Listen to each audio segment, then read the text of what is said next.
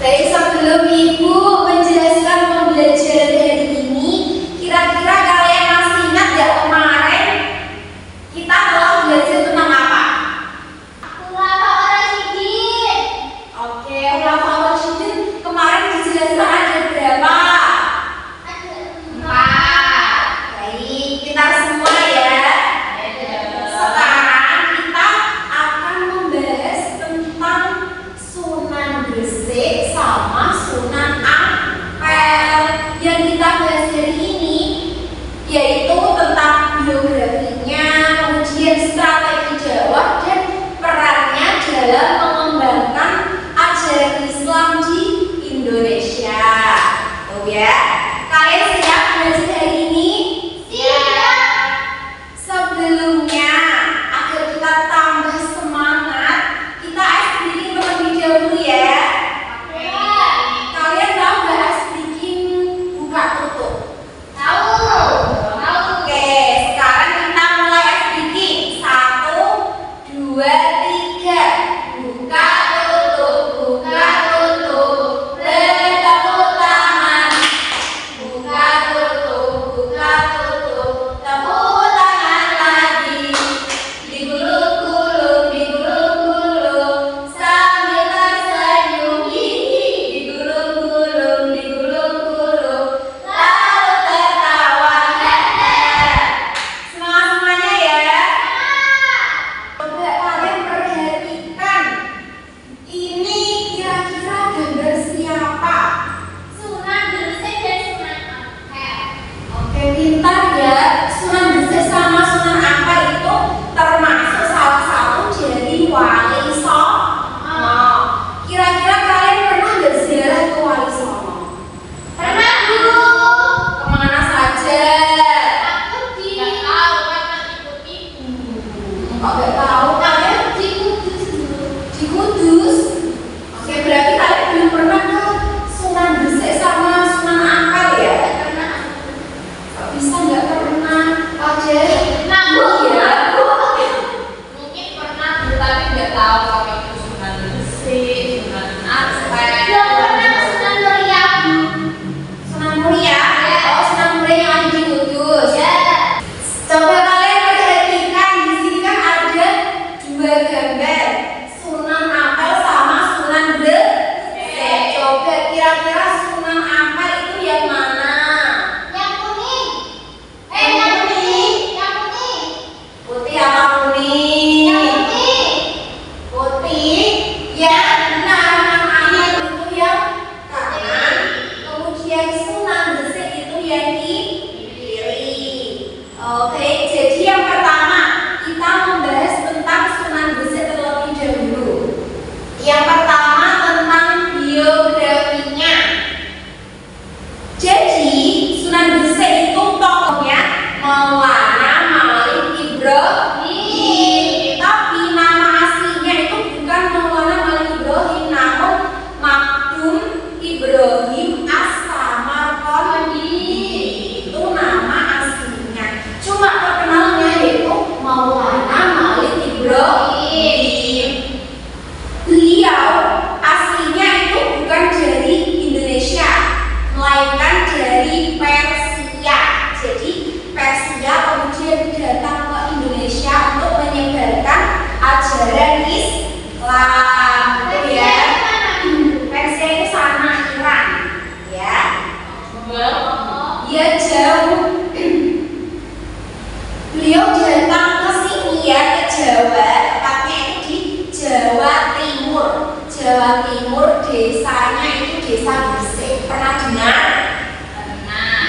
Datang ke Jawa itu pada tahun 1371 Masehi ya, Masehi. Dia datang ke Jawa itu tidak sendirian, tapi dengan saudaranya ya. Saudaranya bernama Maulana Mahmud. Selain Maulana Mahmud, juga ada Sayyid Yusuf Mahrobi ya. Beliau tidak hanya dengan saudaranya, tetapi juga membawa 40 iringan ya, pengiring. Berarti jumlahnya ada 42 ya, 42 orang yang ikut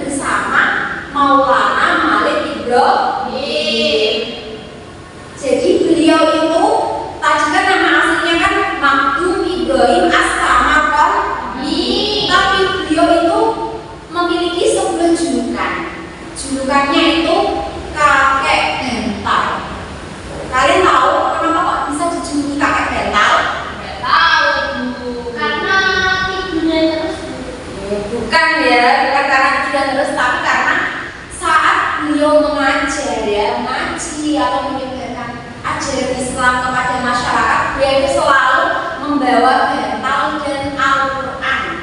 Al-Qurannya itu ditaruh di atas bantal, dibuat meja Al-Qurannya. Ini bantalnya ya. Dibuat meja, Bukan ya, ini maksud beliau itu bantalnya dibuat meja Al-Qurannya, dibuat untuk menaruh Al-Quran. Itu makanya disebut dengan kakek bantal. Beliau itu nggak mau kalau dikasih meja baik dari kayu atau dari lainnya. Dia itu lebih memilih tadi bantalnya sendiri untuk mejanya. Dia itu selalu membawa bantalnya sendiri, entah itu di tempat 1, 2 atau 3. Beliau selalu membawa bantal. Makanya disebut kakek bantal. Dia nggak pernah. Itu ada kerangannya tersendiri. Ya. Baik. Lalu beliau itu wafat pada tahun 822 Hijriah. Kalau Masehinya itu 1419 Masehi pada bulan Rabiul Awal atau saat Maulud. Ya, bulan Maulud itu kelahirannya siapa? Nabi Muhammad. Benar semua ya. Jadi selanjutnya Ibu akan membahas tentang strategi dan peran Maulana Malibrahim dalam mengembangkan Islam di Indonesia ya. Jadi yang pertama strateginya melalui pendekatan yang halus, tidak memaksa ya. Jadi masyarakatnya itu tidak ada yang dipaksa, tidak ada yang dipaksa gini. Kamu setelah ini harus masuk Islam, kamu juga nggak seperti itu ya. Dia itu melalui pendekatan yang halus, jadi tidak memaksa masyarakatnya. Beliau itu sangat ramah kepada semua masyarakat. Kemudian beliau itu jawabannya gimana sih caranya, yaitu melalui berdagang ya, salah satunya dengan berdagang. Beliau itu membangun sebuah warung di dekat pelabuhan ya, di dekat pelabuhan. Kenapa kok beliau memilih di dekat pelabuhan? Karena pelabuhan kan tempat yang sangat ramai ya, aktivitas masyarakatnya kan banyak tuh. Jadi strategis untuk menarik perhatian masyarakat agar mau masuk Islam. Tuh. Beliau jualannya, dagangnya itu juga dagangnya yang tidak mahal-mahal, yaitu dengan harga yang ramah kantong di masyarakat. Tuh. Cara jualannya beliau ya dengan yang jujur, dan amanah, enggak kok gini. Misalnya ada barang yang rusak itu beliau ya bilang, oh maaf ini yang rusak, jadi nanti bisa dipotong harganya gitu ya. Bukan kok malah dia diam saja agar mengambil keuntungan sendiri, bukan begitu ya. Itu salah satu strategi jawabnya. Kemudian selain berdagang, beliau juga mengajarkan kepada masyarakat untuk bercocok tanam. Jadi masyarakat di sana itu diajari cara bercocok tanam, entah itu padi, ubi ataupun jagung. Jadi selain itu, beliau juga memilih strategi lain, yaitu dengan cara mengobati orang yang sakit tapi dengan gratis, gak ada yang membayar sama sekali. Jadi beliau itu idenya sangat cemerlang. Yang namanya orang sakit pasti kan pengen sembuh ya, pengen sembuh. Kemudian bertemu dengan seorang yang baik, berarti Islam itu orangnya baik-baik. Yang nyatanya di sini kita diberi pengobatan yang gratis. Jadi mereka kan pasti akan tertarik untuk masuk ajaran Islam. Tuh. Kemudian beliau juga menghapus kasta. Kalian tahu kasta itu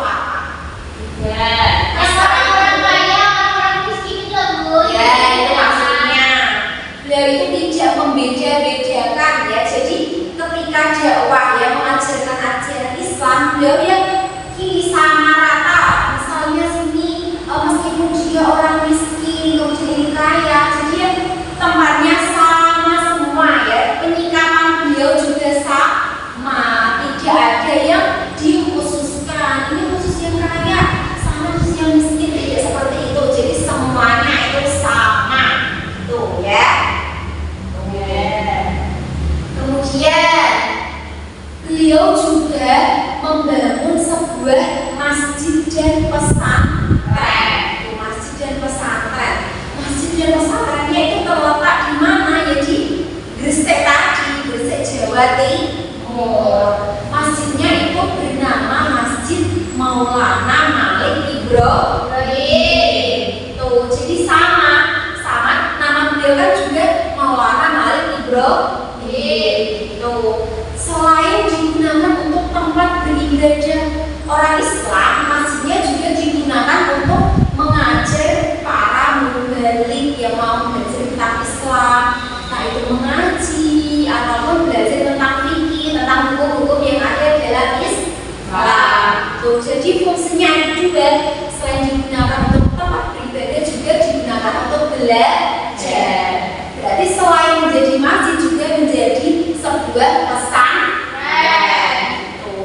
Beliau itu terkenal dengan ini sebutan ayahnya Wali Songo atau pemimpinnya Wali Songo. Jadi yang pertama kali Sunan masuk ke Indonesia yaitu Sunan Gresik. Makanya menjadi ayahnya para Wali Songo. Paham anak-anak? Coba tadi siapa nama tokoh dari Sunan Gresik? Maulana Malik Ibrahim. Terus beliau itu aslinya berasal dari mana tadi? Persia. Ya, Persia. Selanjutnya tadi strateginya sudah banyak, tapi tidak hanya itu saja.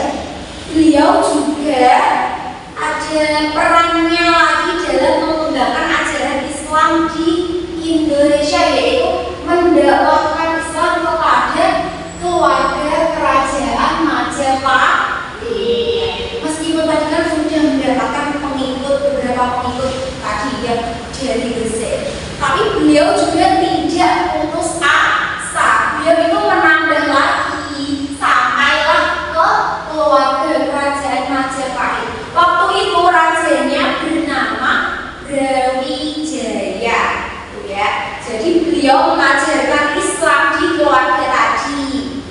Beliau tadi kan memiliki sifat yang ramah, santun, ya baik. Saking santunnya, saking baiknya, beliau itu diangkat sebagai penasihatnya raja. Saking baiknya, meskipun beliau di sana baru tergolong baru beberapa minggu, ya, belum ada beberapa bulan, tapi beliau sudah bisa diangkat sebagai penasihat raja. Tuh, saking baiknya. Baik, apakah sudah paham semua anak-anak? Sudah, Bu. Selanjutnya tadi kan Ibu sudah membahas mengenai Sunan Gresik. Sekarang penjelasan selanjutnya mengenai Sunan Ampel akan dijelaskan oleh Budia, ya. Dari tadi kan sudah dijelaskan sama Bu Yuda tentang biografi, strategi dakwah, dan perannya Sunan Gresik. Sekarang gantian dia yang akan menjelaskan tentang Sunan Ampel. Ya? Sebelumnya Ibu mau mengajak kalian untuk SPT lagi untuk mengembalikan semangat kalian. Ya. Oke. Kita tepuk semangat. Ya. Sudah tahu kan tepuknya? Tahu. Tepuk semangat. Semangat.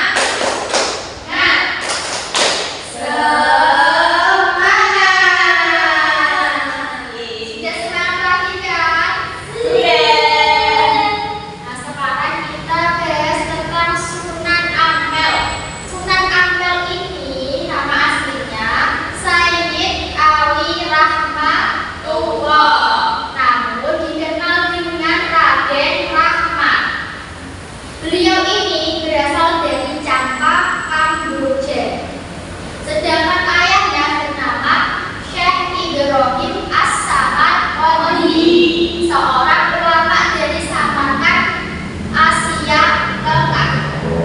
Selanjutnya ibunya itu bernama Candrawulan, seorang putri raja dari kerajaan Kamboja. Campak Kamboja.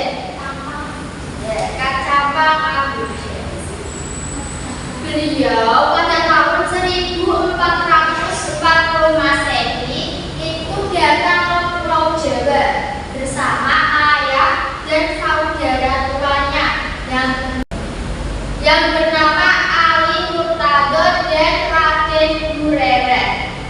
Ya, Raden Rahmat datang ke Pulau Jawa pada tahun 1440 Masehi. Nah, beliau itu datang ke Pulau Jawa bukan tanpa sebab, tapi ada alasannya. Yang pertama, beliau itu diundang oleh Raja Majapahit yang bernama Prabu Sri Kertawijaya untuk memperbaiki perilaku masyarakat Majapahit yang pada saat itu mengalami kemunduran dan kemerosotan moral. Nah, alasan yang kedua itu memang ada hubungan kekeluargaan antara Ibu Raden Rahmat dengan istri Raja Majapahit. Setelah beberapa lama di Jawa, tepatnya di Surabaya, beliau itu menikah dengan Nyai Agung Manila, seorang putri dari Tumenggung Arya Teja. Tumenggung Arya Teja ini seorang bupati Tuban, ya. Dan dari pernikahan Raden Rahmat dan Nyai Agung Manila itu memberi peluang bagi Raden Rahmat untuk menyebarkan Islam secara luas dan merintis pembangunan di Surabaya. Sebelum lanjut, Ibu mau tanya lagi, siapa nama asli Sunan Ampel? Raden Rahmat atau Sayyid Ali Rahmatullah? Nah, nama aslinya itu Sayyid Rahmatullah. Kalau Raden Rahmat itu nama yang terkenal. Selanjutnya, strategi dan peran Sunan Ampel dalam mengembangkan Islam di Indonesia. Yang pertama, membentuk jaringan kekerabatan dalam mengembangkan Islam. Jadi, Sunan Ampel ini menikahkan antara penyiar Islam dengan penguasa kerajaan Majapahit. Antaranya, Sunan Ampel itu menikahkan Raden Husein dengan Dewi Karimah. Nah, Dewi Karimah ini seorang putri dari Raden Ghanibin, seorang adipati Madura. Nah, selanjutnya ada Syekh Maulana Borib yang dinikahkan dengan Niken Sundari. Niken Sundari ini putri dari Patih Majapahit yang bernama Mahudara. Yang terakhir, Sunan Ampel menikahkan putrinya sendiri yang bernama Dewi Murtasiah dengan Raden Paku atau Sunan Giri. Selanjutnya, putri yang kedua itu Mas Murtasimah yang dinikahkan dengan Raden Patah, seorang yang menjabat Adipati Demak. Nah, dari cara menikahkan penyiar Islam dengan para penguasa Majapahit itu memberikan peluang bagi Sunan Ampel agar mudah menyebarkan Islam, dan di antara mereka itu dapat membentuk hubungan kekeluargaan atau kekerabatan secara sendiri-sendiri. Ya. Jadi strategi yang pertama itu lewat jalur kerabatan dengan cara menikahkan para penyiar Islam dengan para penguasa kerajaan lain. Selanjutnya yaitu Sunan Ampel ini terkenal dengan ajarannya yang bernama falsafah Muhimah.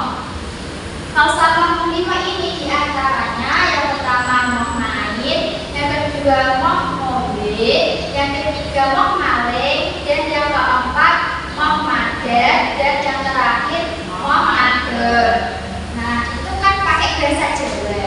Jadi kalau moh main berarti tidak mau berjudi. Kalau moh ngombe berarti tidak mau mabuk. Kalau yang ketiga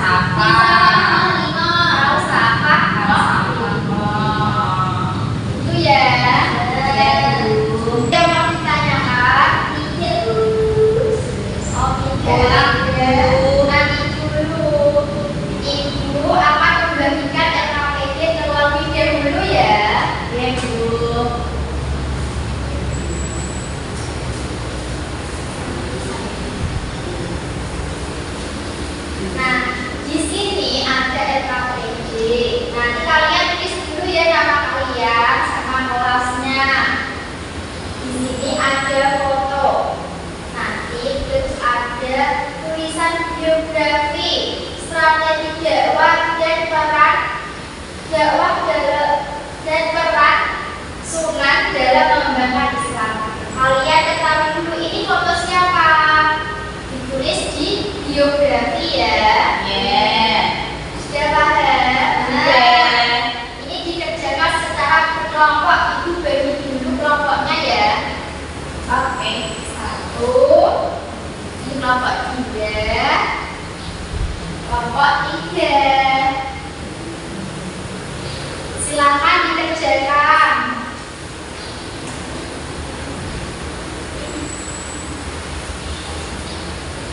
Sudah, Bu. Sudah. Sudah.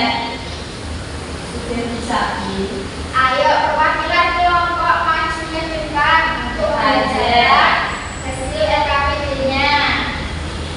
Saya, Bu.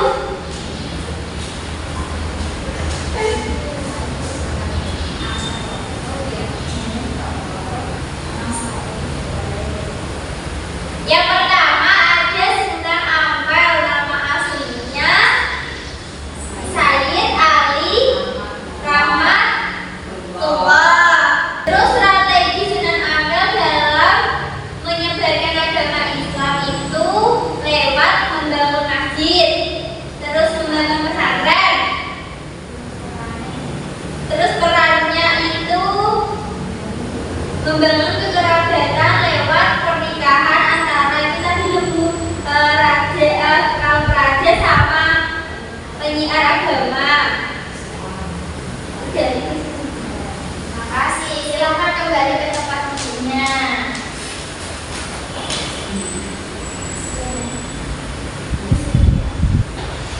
Jadi tadi kan sudah dibahas mengenai Sunan Gresik sama Sunan Ampel. Coba Ibu tes tadi siapa namanya Sunan Gresik? Makbul Maulana Ibrahim. Makbul Ibrahim As-Samarqandi. Tapi tadi punya julukan pakai apa? Lebar. Kemudian coba tadi apa strateginya salah satu dari Sunan Gresik?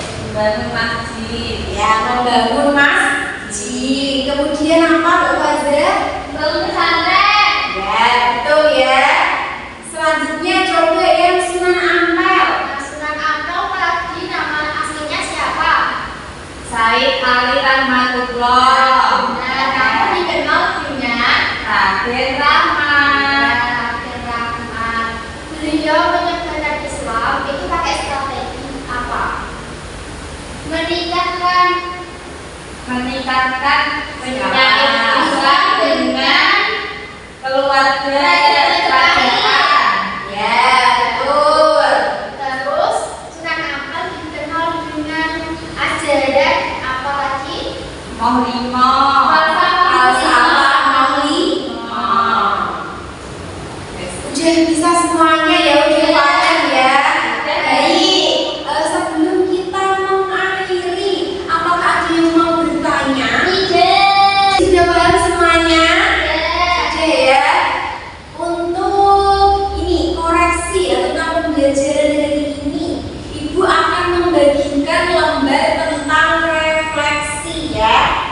Lembar refleksi ini kita kerjakan kira-kira tadi hari ini perasaan kalian bagaimana saat pembelajaran, apakah senang, apakah mengantuk, sedih atau gimana ditulis ya. Terus apa yang kalian pahami hari ini ditulis gitu. Ini untuk koreksi terhadap pembelajaran hari ini. Nanti bisa Ibu perbaiki di rumah itu ya. Ini bisa dikerjakan.